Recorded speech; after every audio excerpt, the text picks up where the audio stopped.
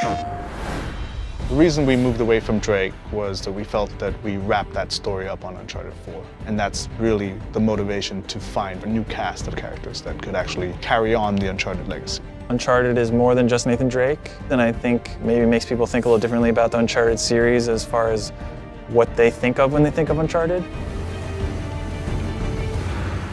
We started trying to keep it short. We started trying to keep it contained. But like all Naughty Dog games, you know, it's story-driven and we need the time to tell the story accurately. We needed to go into the past, dig a little deeper than, you know, the surface, and it just blew up. We started expanding to get character arcs developed, and before we knew it, it's a full game.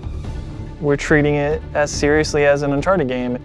The game could stand on its own as an entry in the series. It's going to be the sum of Uncharted's in terms of gameplay experience with some of our beloved characters, some of the most fan-favored characters. Well, there were many ideas on the table, like Sullivan and Sam's story, but they all were very closely related to U4, so we wanted something that was fresh, something that was new, and Chloe, being a fan favorite, we thought we would explore her story. Then we thought about, okay, well, who would be a good pairing with Chole Frazer? And we're like, well, what if Chole Frazer wanted to explore her past, go back to India, to her roots, and what if she needed someone like Nadine Ross as a partner? We find these symbols. We find the Tusk. And then that was the kind of the jumping off point of these two interesting characters together. We can put them wherever we want. We know that there's going to be fun stuff happening, and Chloe is more improvisational. Nadine is more logical. We know that there's going to be great conflict if we throw those two together. That's supposed to happen? Dunno.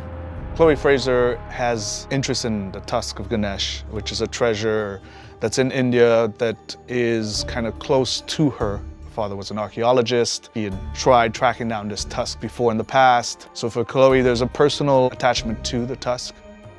For Nadine Ross, she is on the verge of bankruptcy. She's lost Shoreline, and she desperately wants to regain control. That's where the characters start. Because of Nadine's military background, particularly with our villain, Sav, Chloe's brought her in to kind of help her out. He's just another warmonger with no war to fight. No, you don't know him like I do. He changes location and routines by the hour. We'd be foolish to take unnecessary risks. Let's get one thing straight. This is my gig. You want your share? We play by my rules. For Sav, as a villain, he is motivated by a code. He believes that he owns rights to this land, and he's fought a war that has kind of gone on for centuries. So recently he has started rekindling this war to profit. Giving the player more options, I think, would be the highest level, encompassing way to describe what we're trying to elevate even from Uncharted 4. We have all those things at our disposal again, rope climbing, driving, we have the winch, stealth options. We have lockpicking now, so we have crates of things that you can find certain weapons or treasures in. We just present you with a lot of stuff that the player can then decide what to do, and then, of course, having an allied character with you during all of those things and making sure that they can react and be as lifelike as possible as a human would. We're taking advantage of the buddy system by integrating more of the narrative.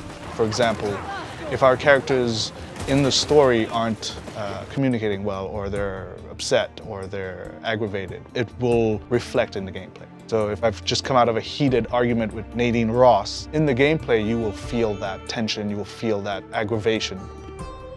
The challenge for us was this player-driven space. It's not open world, but it's vast, and you have player choice that you can go and experience it differently. There's things to find a true sense of exploration, but the goal being that you're just exploring and freely doing things, and then the story is still progressing in the way that they would expect from an Uncharted game.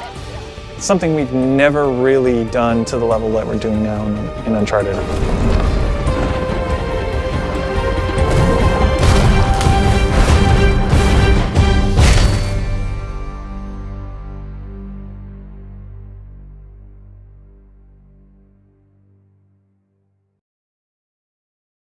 PlayStation